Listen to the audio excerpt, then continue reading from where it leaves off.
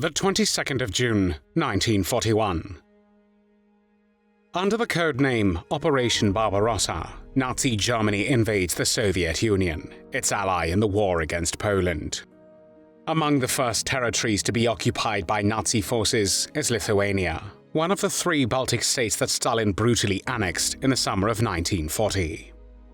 By the time of the German invasion, 10% of Lithuania's 2.5 million population is Jewish, and the Nazis, assisted by local collaborators, quickly implement their plan to exterminate the Jewish community. They deprive Jews of their basic human rights, forcing them into ghettos where they face extreme overcrowding, severe food shortages, and starvation. In the weeks that follow, Jews are beaten, tortured, and subjected to mass executions by the Nazis, who force their victims to undress before being shot and buried in mass graves. By the time Lithuania is liberated by the Red Army in the summer of 1944, more than 90% of the Jewish population is wiped out. One of the main perpetrators responsible for these atrocities is Martin Weiss. Martin Weiss was born on the 21st of February 1903 in Karlsruhe, then part of the German Empire. As the son of a master plumber, he grew up with 7 siblings in a household where skilled trades were valued. Following in his father's footsteps, Weiss pursued education in plumbing and heating installation, starting as an apprentice in his father's shop. Between 1923 and 1927, he spent time in Argentina and Paraguay, where he assisted his brother with farming. Upon returning to Karlsruhe, Weiss enrolled in a trade school and excelled in his master craftsman exam. After his father passed away in 1928, Weiss and his brother took over the family business, with Martin eventually managing it on his own. In 1930, Weiss got married, and the marriage produced 3 children. On the 30th of January 1933, Adolf Hitler was appointed Chancellor of Germany by President Paul von Hindenburg. In 1934, Weiss joined the SS, and 3 years later, he became a member of the Nazi Party. The Second World War started on the 1st of September 1939, when Germany invaded Poland, and several days later, Weiss was conscripted into the German army. The early stages of the war saw rapid German advances in Europe, with the fall of Poland, the invasion of France, and the evacuation of British forces from Dunkirk in 1940. As part of the Waffen-SS, which was the military branch of the SS, Weiss participated with his unit in the French campaign, witnessing Germany conquer France in just 6 weeks. On Sunday, the 22nd of June 1941, under the code name Operation Barbarossa, Nazi Germany invaded the Soviet Union. The following month, Weiss arrived in Vilnius, the capital of Lithuania, a city known as the Jerusalem of the North, for its vibrant Jewish culture and religious life. The Jews of Lithuania had a rich and distinct culture, characterized by a unique dialect of the Yiddish language. Lithuanian Jews were influential in various Jewish ideologies, including the Jewish workers' movement, Zionism, and rational religious thought. Before the Second World War, the Jewish population in Lithuania was around 160,000, making up about 7% of the total population. Lithuania had been an independent country from the end of the First World War until 1940. In March 1939, Nazi Germany issued an ultimatum to Lithuania, demanding the cession of the Memel territory, a region with an ethnic German majority. On the 21st of March, the Lithuanian government agreed to the German terms, and the next day, the foreign ministers of Germany and Lithuania signed a treaty. This treaty returned Memel to Germany and included a non-aggression pact between the 2 countries. In June 1940, the Soviet Union occupied Lithuania, annexing the country by August 1940. By 1941, the Jewish population in Lithuania had grown to about 250,000, or 10% of the population, due to an influx of refugees from German-occupied Poland. Weiss arrived in Lithuania as a member of the Einsatzkommando 3, a mobile killing unit responsible for carrying out mass executions of Jews, political prisoners, and other groups deemed undesirable by the Nazi regime. In the following weeks, he was part of the unit dispatched to various locations in the country, where, according to his own testimony, they conducted clearing operations in the rear of the front lines. In October 1941, Weiss was transferred to the office of the commander of the security police and the security service in Vilnius. Several weeks later, he participated in the Yellow Permit operation, the first major shooting operation in which he was directly involved, conducting the selections. During the operation, around 3,000 Jews in the Vilnius Ghetto received work permits, marking them as essential laborers. However, those without these yellow permits, approximately 3,700 individuals, including the elderly, sick, children, and others deemed unfit for work, were condemned to death.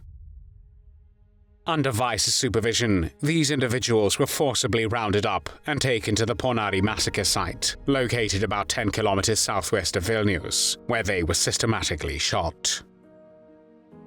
Weiss's transfer to Vilnius marked a significant escalation in his involvement with Nazi atrocities, and after his participation in the Yellow Permit operation, his responsibilities expanded. In the spring of 1942, Weiss was appointed as a liaison officer to the Lithuanian Auxiliary Death Squad, which collaborated closely with Nazi forces in carrying out mass executions. Weiss personally supervised between 13 and 15 executions at the Ponary site. From 1941 to 1944, over 100,000 people were systematically murdered there, including approximately 70,000 Jews, 20,000 Poles, and thousands of Soviet prisoners of war. Victims were transported to the Ponary forest in cattle cars, often with little food or water, and were deceived into believing that they were being relocated for work. Upon arrival, they were stripped of their belongings, forced to undress, and led to large pits that had been prepared in the forest. Women, children, the elderly, and other victims were lined up at the edge of these pits and shot, their bodies tumbling into the mass graves below. The killings were carried out with brutal efficiency. Victims were often taunted and tortured before being killed, with soldiers taking sadistic pleasure in their suffering. Those who tried to escape were hunted down like animals, and some were shot on the spot if they managed to flee the transport trains. In one particularly horrifying instance, a woman trying to escape with her child was caught by a guard. In an act of extreme cruelty, he grabbed the child and violently smashed the child's head against a telegraph pole before executing the mother as well. During these horrific scenes, Weiss commanded the special unit, often personally selecting those to be executed, issuing the necessary orders, supervising the killings, and ensuring that any escapees were shot. Weiss was also directly involved in the murder of Jakob Gens, the head of the Jewish police and the appointed leader of the Vilnius Ghetto during the Nazi occupation. Gens believed that the only way to ensure the survival of some of the ghetto's inhabitants was to cooperate with the Nazis. He hoped that by maintaining order and providing labor for the German war effort, he could delay or prevent the complete liquidation of the ghetto. This strategy led to extremely difficult and morally complex decisions, including his involvement in selecting the individuals for forced labor and deportation, which often meant sending others to their deaths. In September 1943, after he was deemed no longer useful to the Nazi regime, Gens himself was executed by the Gestapo, the Nazi secret police. Weiss was notorious among the people held in the ghetto for his merciless cruelty and frequent beatings. In one instance, he shot a man on the spot for attempting to smuggle a few potatoes and some fish through the ghetto gates. His brutal and unpredictable behavior in selecting Jews from the ghetto to be sent to the killing grounds at Ponary earned him a chilling nickname, Weiss das Schwarz, or White the Black, a paradoxical label reflecting the darkness of his actions, despite his seemingly ordinary name. After the Battle of Stalingrad in February 1943, where the Germans suffered a devastating defeat, the situation on the Eastern Front began to shift dramatically. The German forces were increasingly pushed back by the advancing Soviet army, leading the Nazis to grow more desperate in their attempts to cover up the atrocities they had committed. In September 1943, Weiss was appointed to oversee the work of the Sonderkommando 1005, a unit tasked with exhuming and burning corpses from mass graves at the Ponary site. Around 80 prisoners, heavily guarded and chained at the ankles to prevent escape, were forced to open the graves, extract the bodies, place them on pyres, and sift through the ashes for any remaining dental gold. During one escape attempt, 11 prisoners managed to survive and join the partisans. However, a new group of prisoners was brought in to continue the horrific task of disposing 80,000 to 90,000 corpses. These prisoners, considered bearers of secrets, were ultimately executed once their work was completed. Weiss remained in Vilnius until July 1944, when he, along with 25 members of the Lithuanian Auxiliary Death Squad, fled and went into hiding to avoid capture by the advancing Soviet forces.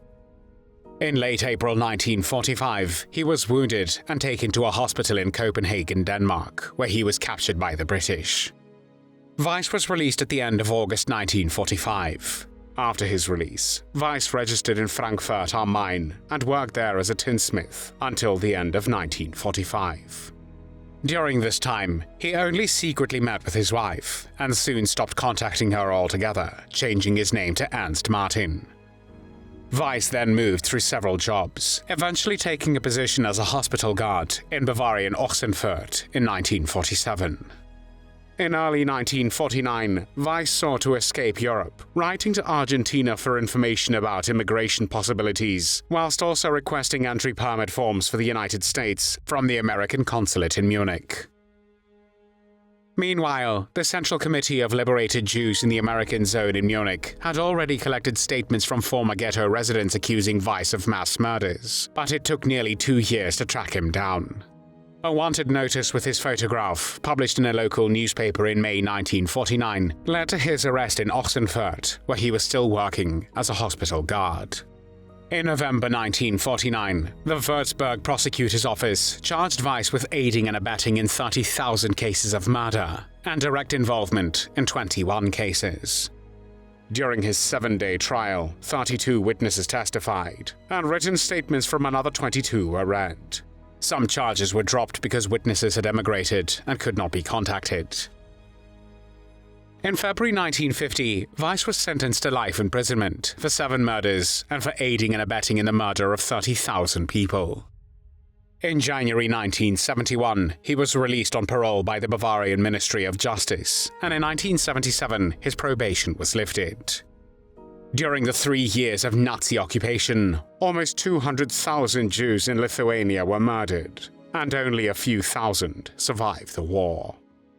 German historian Christoph Dickmann wrote a book in which he mentioned that the verdict against Martin Weiss is one of which Germans need not be ashamed. Yet it is haunting to imagine what the Jewish survivors must have felt when they learned that the man responsible for some of the most brutal massacres in Lithuania's history would spend the final years of his life as a free man. When Martin Weiss died as a free man on the 30th of September 1984 in Karlsruhe, West Germany, he was 81 years old. There were no tears shed for Martin Weiss.